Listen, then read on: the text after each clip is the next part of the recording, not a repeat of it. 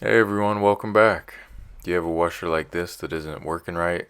It won't spin, it won't complete the cycle. Maybe you're hearing a buzzing noise, or maybe you're getting an error code. Well, in this video, I'm going to be showing you how to troubleshoot it and how to fix it, most likely what the cause is. And let me know down below if you already figured it out. So you can see this one's a Whirlpool brand, however, this should apply to several other brands like Maytag and so on.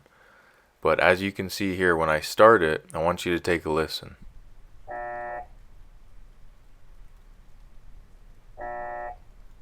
You guys hear that?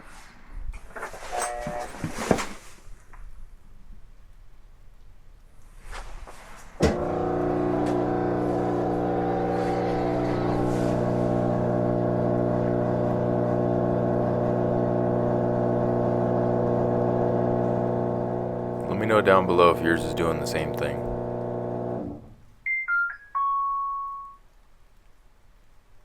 Now you see there how it just ended, it just finished even though it didn't do anything? That's another symptom of this issue. So watch here, you might get this error code. Take a listen.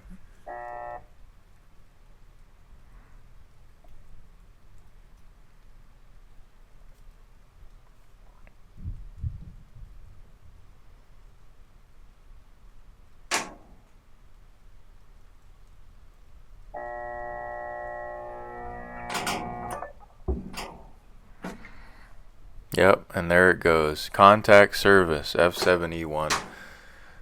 So yeah, you might have several symptoms. You don't always get that error code. Sometimes you do, sometimes you don't. But the telltale sign of this is that buzzing. You're going to hear like a buzzing or like a humming when it tries to spin up that motor.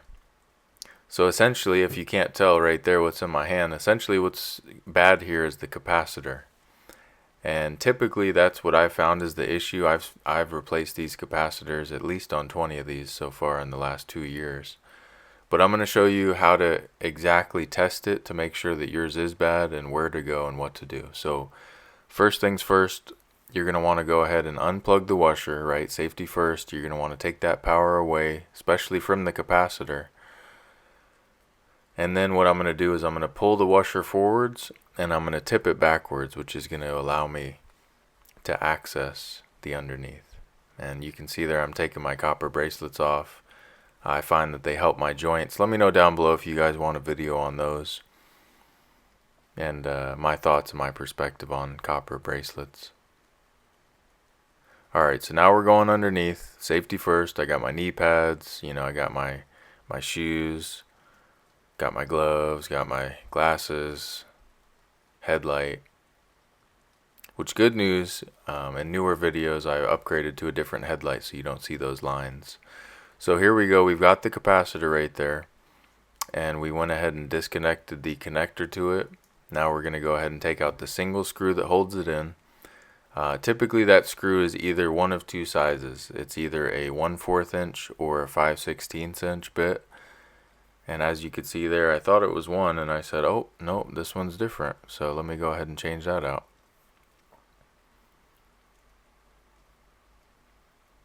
Alright, so there's just one single screw on the side there, and then you should be able to take it out.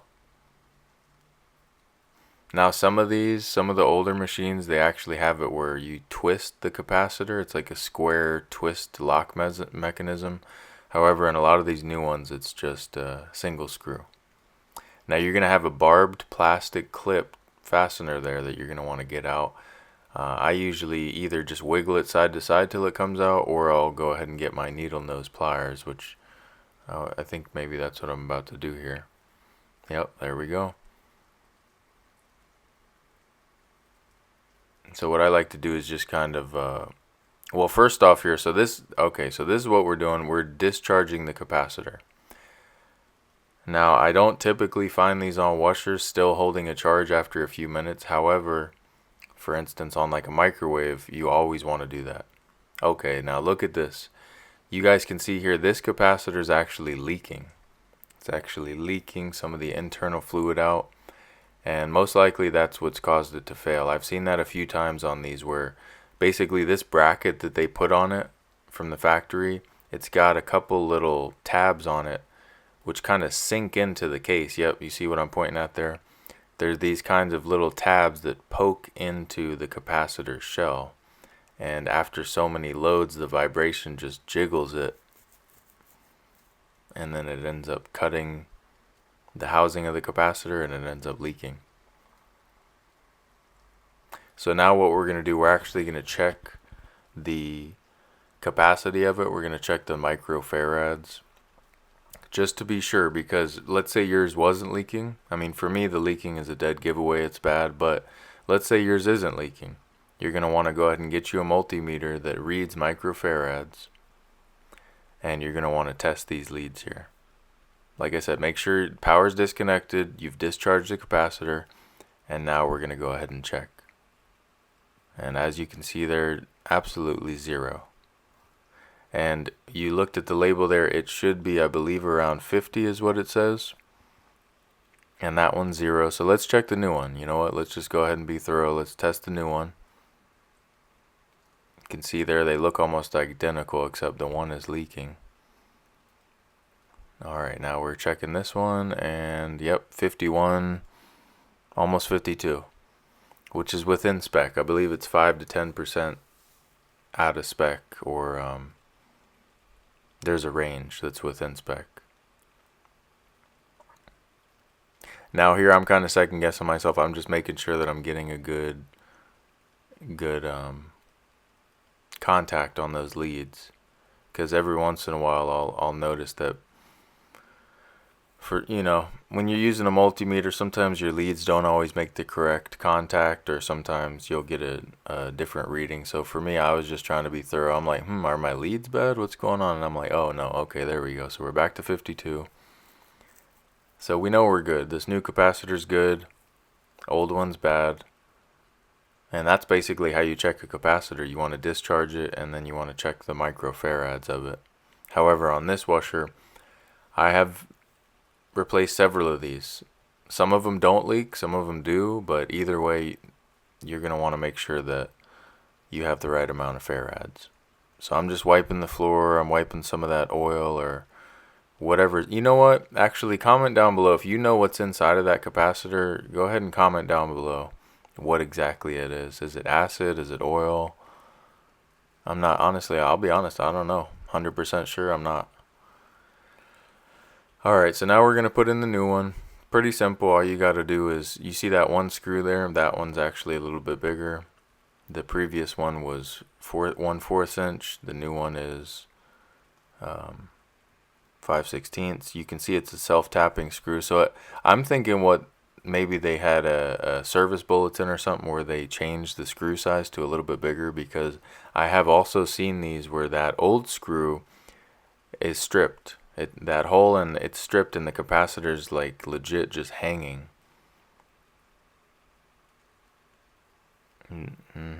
Now you can see that the new one got a little bit of that oil on it, because that oil dripped all over a few different things. So I'm kind of trying to wipe it, get this new one fit up in there. It's a little bit hard to see from my angle and from your angle to line that hole up with that screw. Alright, we got it in there. It's secure, it's snug. We're going to plug it back in.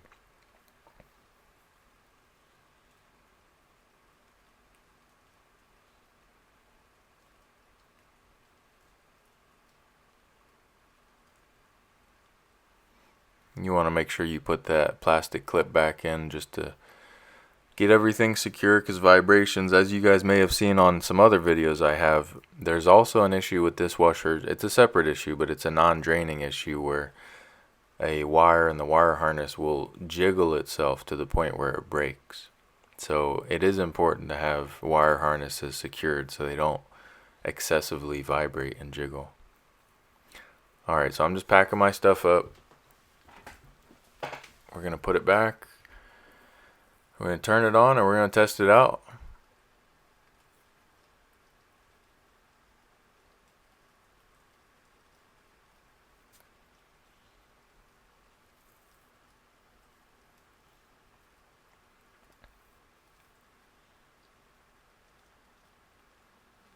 Okay, it's telling me about a power failure. Whenever these lose power, they tell you there's a power failure. And let's start it up.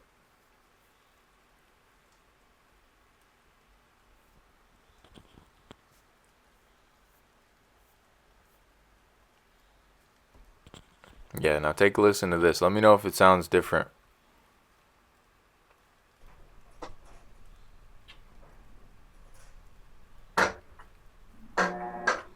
Hey, look at that. It's spinning.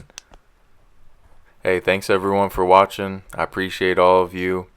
Thank you so much for all the subscribers. We just hit over 700 the other day, and I'm so grateful for all of you. So thanks.